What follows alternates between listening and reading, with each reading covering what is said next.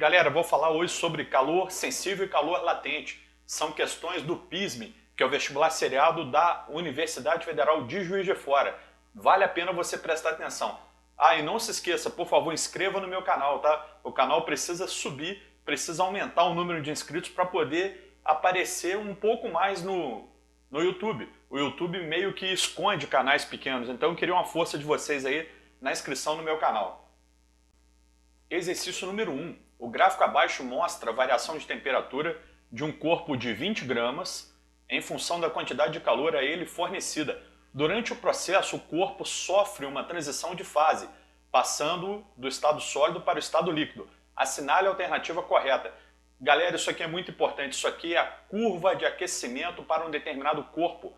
Esse corpo, inicialmente, de acordo com o dado do exercício, se apresentava no estado sólido. Ou seja, durante essa primeira parte aqui do gráfico, esse corpo era sólido. Depois sofreu uma transição chamada fusão, passagem do sólido para o líquido e depois atingiu a fase líquida. Então essa curva de aquecimento, muito interessante, muito importante, apresenta mais ou menos essa cara. Uma linha inclinada, depois uma paralela ao eixo horizontal, mostrando aqui a mudança de estado, depois mais uma reta inclinada aqui. Atenção, toda vez que você tiver um gráfico de substância pura, a mudança de estado ocorre em temperatura constante. Você verá esse platô horizontal no gráfico. Interessante, olha só. Esse gráfico tem trechos onde ocorrem trocas de calor sensível. Esse primeiro trecho aqui, onde tem variação de temperatura, e o segundo trecho. E tem a mudança de estado, onde ocorre apenas troca de calor latente. Então, ó, calor sensível, e aqui no meio, calor latente. Atenção, essa mudança, essa temperatura de fusão não depende da massa do corpo, depende da substância e da pressão onde essa substância se encontra. Portanto, quando, por exemplo, eu der uma olhada aqui na letra A fala o seguinte, ó, a fusão do corpo ocorrerá a 100 graus Celsius se a sua massa for de 40 gramas. Isso é falso. E olha como é que a questão induz você ao erro, olha só. 20 gramas, fusão a 50. Você pode imaginar assim, 40 gramas, fusão a 100. Não. A 100 graus Celsius, a temperatura do corpo está variando. É uma região onde ocorre troca de calor sensível. Não tem nada a ver a letra A. Letra B, o calor latente de fusão do corpo é de 10 calorias por grama. Aí é necessário a gente fazer conta. Vamos tentar? Olha só, calor latente, Q igual a ml. Massa vezes calor específico latente. Quantidade de calor envolvida na mudança de estado, olha só, entre 200 e 100 calorias, esse corpo ganhou 100 calorias. A sua massa é 20, dado do exercício. Resolvendo aqui, eu encontro o calor latente igual a 5 calorias por grama. Então a letra B é falsa. Letra C, a 100 graus Celsius será iniciada necessariamente uma nova transição de fase. Não tem a palavra necessariamente em relação a esse exercício. A mudança de fase nesse exercício ocorre a 50 graus Celsius. Interpretação do gráfico apenas. Trecho horizontal, temperatura constante. Letra D. O calor latente de fusão do corpo é 5 calorias por grama. Correto. De acordo aqui com a resolução que eu fiz. Resposta do exercício letra D. Número 2. Um estudante de física, durante seu intervalo de aula, preparou um café.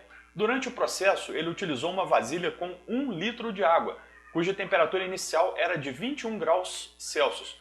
Ele lembrou ter ouvido em suas aulas de laboratório de Física 2 que a água em Juiz de Fora entra em ebulição a 98,3 graus Celsius. Pessoal, um comentário. Isso aí é porque a altitude de Juiz de Fora é bem acima do nível do mar. Aquele papo da água entrar em ebulição a 100 graus Celsius é ao nível do mar. Aqui em Juiz de Fora, quase 700 metros de altitude, ela é uma temperatura de ebulição abaixo de 100 graus Celsius.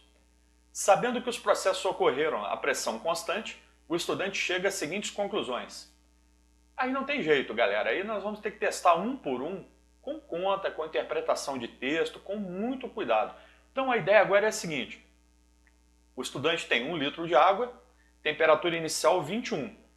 Temperatura final pode ser que seja 98,3 graus Celsius. Vamos olhar o que cada item pede.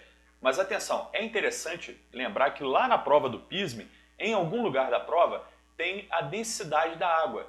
A densidade da água, grosso modo, água pura, sem mistura, você tem que lembrar o seguinte, 1 litro de água tem 1 quilo. É isso. Então a densidade da água é 1 quilograma por litro. Vamos resolver agora cada item. Item 1. Levando-se em conta o calor específico da água, aproximadamente 1 caloria por grama vezes graus Celsius, a energia gasta para aquecer a água até a ebulição foi de 77.300 calorias. Galera, aquecimento da água é a equação do calor sensível, mc ΔT. Vamos olhar os dados. Volume 1 litro, como eu falei, a massa 1000 gramas ou 1 quilograma.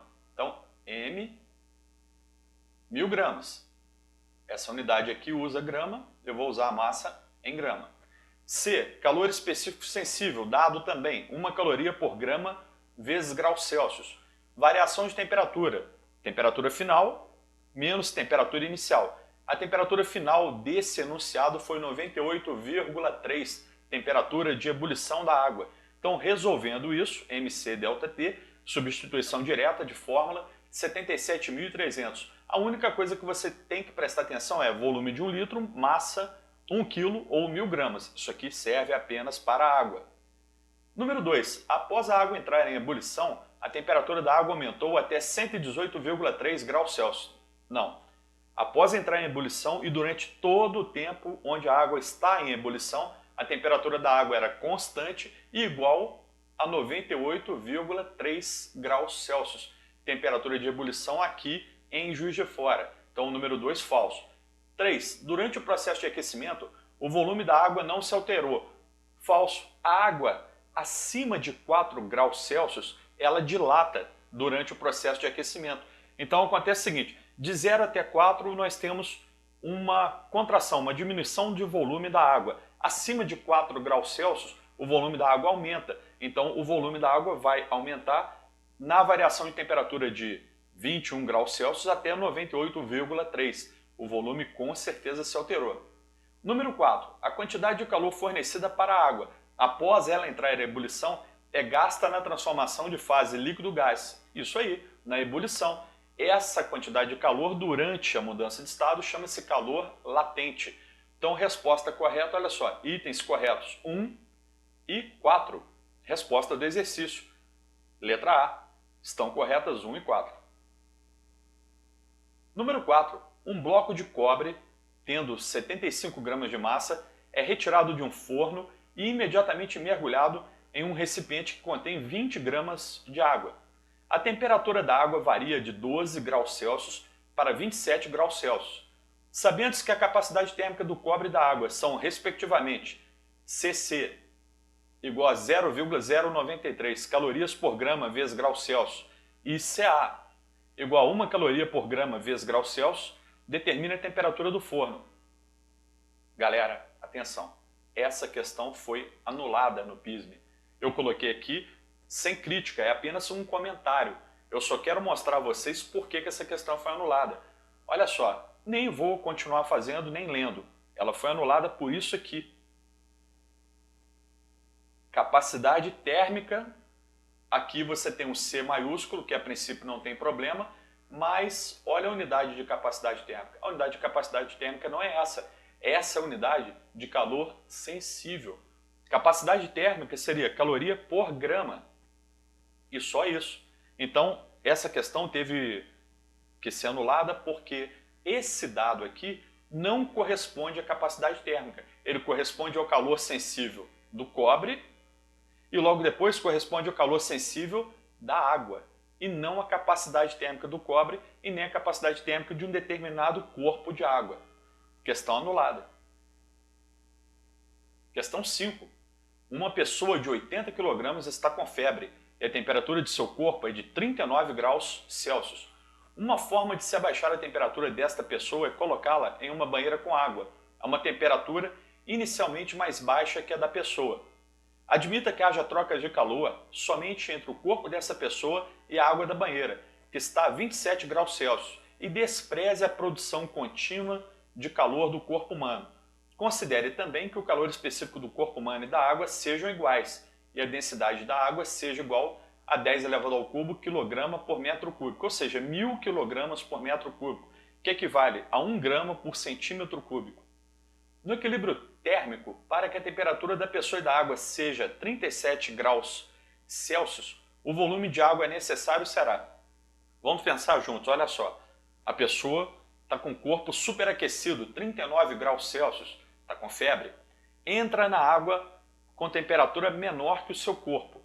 Haverá troca de calor. A pessoa cede calor e a água recebe calor.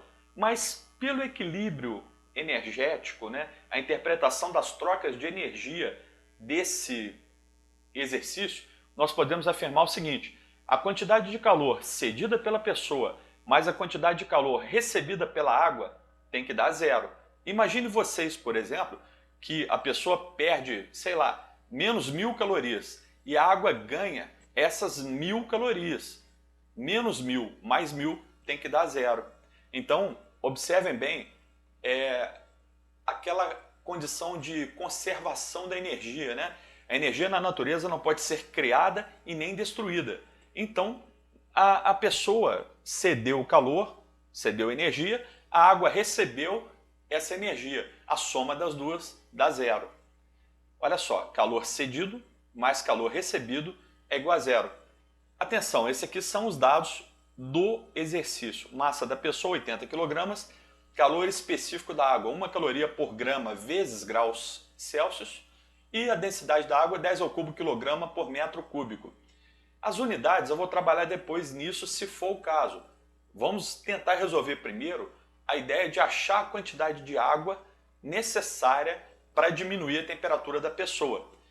Quantidade de calor cedido pela pessoa mais a quantidade de calor recebido pela água tem que dar igual a zero. Lembrando, a energia não pode ser criada e nem destruída. Calor cedido. O corpo da pessoa não mudou de estado, né? Então ela continua sólida. Por isso mc ΔT, calor sensível. A água também não evaporou, não entrou em ebulição, não congelou, não mudou de estado. Também calor sensível, mc ΔT. Duas equações aqui de calor sensível, mas atenção, os dados são diferentes para cada equação. Nós temos a massa da pessoa em grama, 80.000 gramas, o calor específico da pessoa que o exercício considerou igual da água. O ser humano é quase todo formado por água, né? Então olha só, variação de temperatura da pessoa. Temperatura final, 37, a temperatura desejada para o resfriamento dessa pessoa, menos a temperatura inicial, 39. Então, a temperatura final da pessoa, 37. Inicial da pessoa, 39. Isso aqui é importante para resolver o exercício, tá? Massa de água é o que eu quero. Mas espera aí, o exercício pediu volume. Eu posso encontrar a massa e usando a densidade, depois eu encontro o volume. Ou uso aquele macete de lembrar que 1 kg de água tem 1 litro e acabou. Mas vamos lá, ó, massa de água. Calor específico da água, 1. Lembrando a você que o exercício considerou água e a pessoa com o mesmo calor específico. Temperatura final da água, 37, em equilíbrio térmico com a pessoa na sua temperatura final, menos a temperatura inicial da água, que é 27. Resolvendo isso, eu encontro 16.000 gramas de água, que são 16 quilogramas. Usando aqui, ó, nossa busca mental da relação de densidade, massa, volume, 16 kg de água equivalem a 16 litros de água, que é a resposta do exercício. Para quem não acredita, é só substituir na equação de densidade. Densidade é massa sobre volume.